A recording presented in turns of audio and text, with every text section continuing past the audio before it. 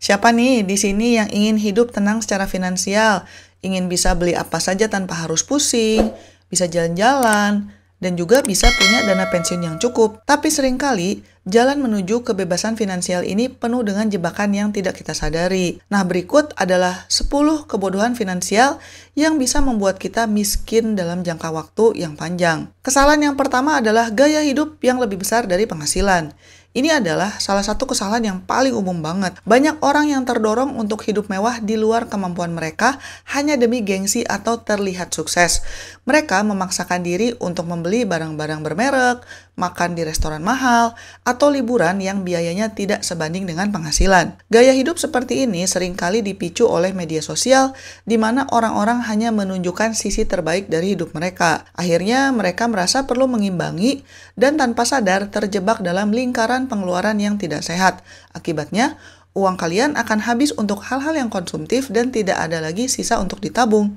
Penting banget buat kita hidup sesuai kemampuan. Nggak perlulah pusing mikirin apa kata orang lain.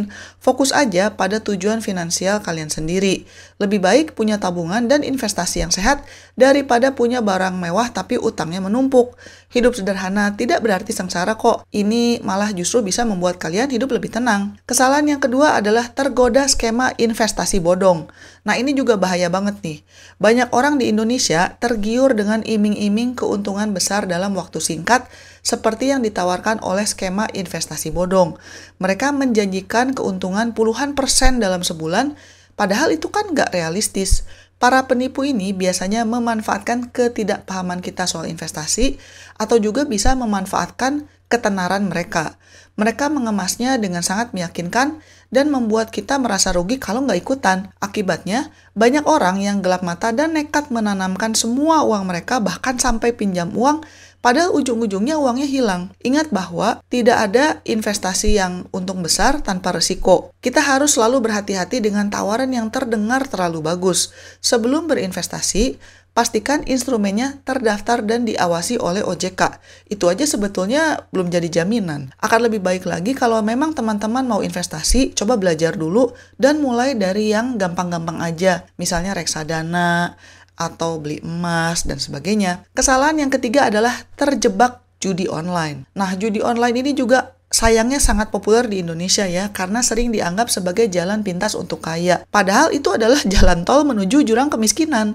Awalnya bisa jadi kita cuma mau coba-coba dengan modal kecil, tapi ada aja godaan untuk mau balik modal lagi, atau misalnya kalian pernah menang terus ingin menang lagi, dan itu bisa membuat kalian ketagihan dan terus-menerus menaruh banyak uang. Kecanduan judi online tidak hanya menghabiskan uang tabungan, tapi juga bisa menghancurkan hidup, karena kalian jadi nggak bisa fokus untuk kerja atau belajar.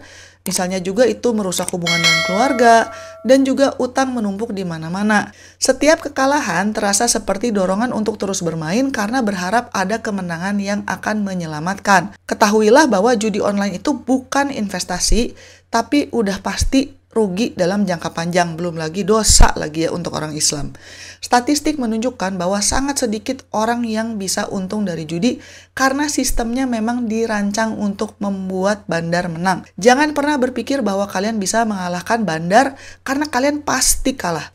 Jauhilah judi online karena masa depan finansial kalian jauh lebih berharga.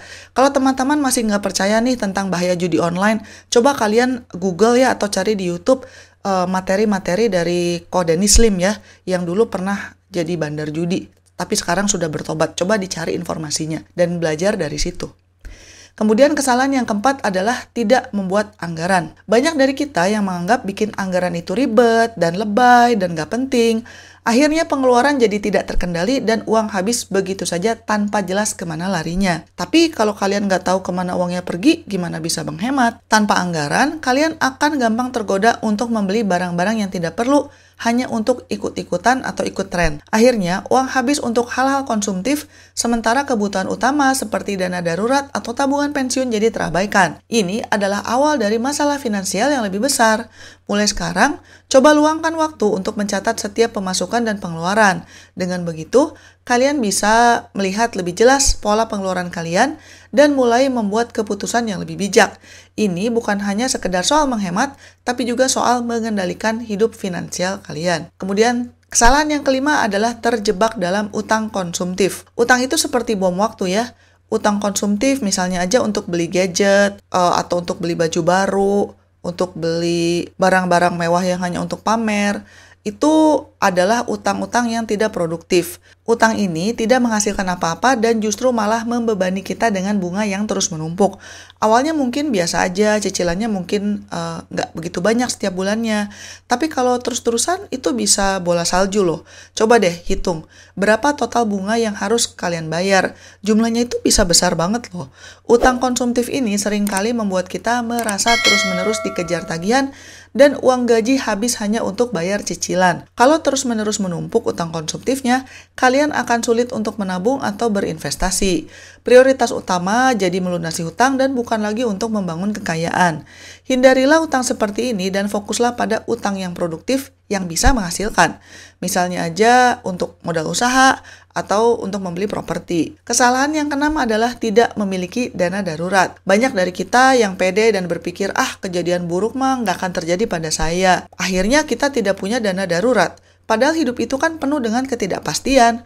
Bisa kena PHK, bisa kecelakaan, bisa sakit parah mendadak, dan sebagainya. Ketika musibah datang dan kalian tidak punya dana darurat, mau nggak mau kalian akan gali lubang tutup lubang, entah itu pinjam uang atau pakai kartu kredit. Ini bisa menjerumuskan kalian ke dalam hutang yang sulit untuk keluar. Dana darurat adalah jaring pengaman finansial. Idealnya, dana darurat itu minimal 3-6 bulan pengeluaran bulanan. Atau kalau menurut Mimin sih lebih bagus lagi kalau bisa 6-12 bulan. Mulailah menabung sedikit demi sedikit dan sisihkan sebagian kecil dari penghasilan kalian. Membangun dana darurat itu mungkin butuh waktu, tapi rasanya tenang banget kalau kalian tahu punya pegangan saat situasi genting. Kesalahan yang ketujuh adalah terlambat memulai investasi. Banyak orang yang menunda investasi karena takut rugi atau merasa uangnya belum seberapa.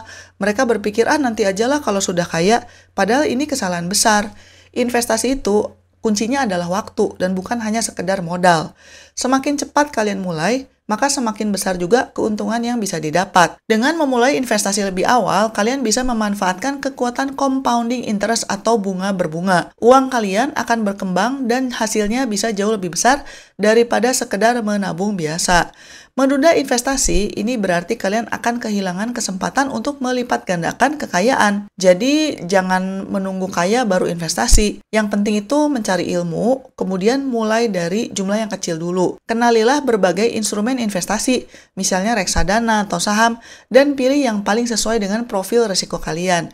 Yang penting mulai sekarang dan bukan nanti. Kesalahan yang ke-8 adalah tidak punya asuransi. Banyak orang yang nggak punya asuransi dan berpikir itu hanya buang-buang uang. Karena misalnya berpikir, kan udah punya dana darurat, untuk apa asuransi? Padahal dana darurat itu hanya bisa menutup pengeluaran jangka pendek. Sementara ada banyak banget musibah besar yang nggak bisa tertutup dengan tabungan biasa. Misalnya aja nauzubillah min dzalik ya.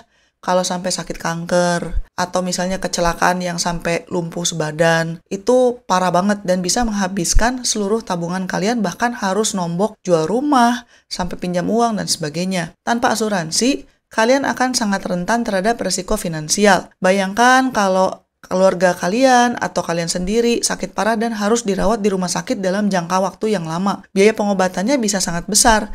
Dan kalau tidak punya asuransi, beneran bisa bangkrut, dan Mimin sudah melihat seperti itu terjadi di orang-orang di kehidupan Mimin sendiri ya. Asuransi itu bukan hanya sekedar biaya, tapi juga merupakan investasi untuk melindungi aset-aset yang sudah kalian bangun. Ada banyak banget asuransi dan perlu dipelajari ya. Ada asuransi kesehatan, asuransi jiwa, dan sebagainya. Pilihlah yang paling sesuai dengan kebutuhan dan kemampuan finansial kalian. Asuransi jangan dianggap remeh, karena ini adalah salah satu fondasi penting dalam perencanaan keuangan yang sehat. Kesalahan yang ke-9 adalah malas belajar dan tidak paham soal keuangan. Banyak orang yang malas belajar soal keuangan, rasanya tuh pusing gitu. Mereka menyerahkan semua urusan keuangan pada orang lain, entah itu pada pasangan atau penasihat keuangan, tanpa berusaha memahami dasar-dasar keuangan. Akibatnya, mereka jadi gampang banget tertipu investasi bodong atau membuat keputusan finansial yang salah. Literasi keuangan itu penting banget sih. Nggak perlu jago sampai jadi ahli ekonomi, tapi tetap perlu tahu dasar-dasar seperti membuat anggaran, cara membuat tabungan yang efektif, cara kerja investasi, dan sebagainya. Dengan pemahaman seperti ini, kalian bisa membuat keputusan yang lebih cerdas dan tidak mudah terpengaruh rayuan manis dari pihak-pihak yang tidak bertanggung jawab. Makanya mulai sekarang, alokasikan waktu untuk baca buku, dengarkan podcast yang bermanfaat, atau mencari ilmu keuangan. Banyak kok sumber informasi yang bisa diakses secara gratis. Semakin banyak kalian tahu, semakin aman juga kondisi keuangan kalian. Kesalahan yang ke-10 adalah tidak punya tujuan keuangan yang jelas. Bayangkan kalau kalian sedang naik mobil tapi nggak tahu mau kemana. Pasti kalian juga bingung dong mau kemana dan akhirnya hanya muter-muter atau ke situ-situ saja. Begitu juga dengan finansial. Tanpa tujuan yang jelas, uang kalian akan habis begitu saja tanpa arah. Tujuan keuangan itu bisa macam-macam. Misalnya aja punya dana pensiun di usia 55, beli rumah dalam 5 atau 10 tahun, atau punya dana pendidikan untuk anak. Dengan punya tujuan yang spesifik, ini bisa memberikan motivasi untuk kalian menabung dan berinvestasi. Karena tujuan ini menjadi kompas yang mengarahkan setiap keputusan finansial kalian. Makanya, coba kalian duduk dan pikirkan dengan tenang, apa sih yang sebetulnya kalian inginkan dalam hidup. Coba tuliskan tujuan-tujuan spesifik tersebut, misalnya aja mengumpulkan 500 juta dalam 10 tahun untuk DP rumah dan sebagainya. Kemudian, buatlah rencana untuk meraihnya. Sekian dulu episode kali ini dan selamat mencari kebahagiaan. Bye-bye!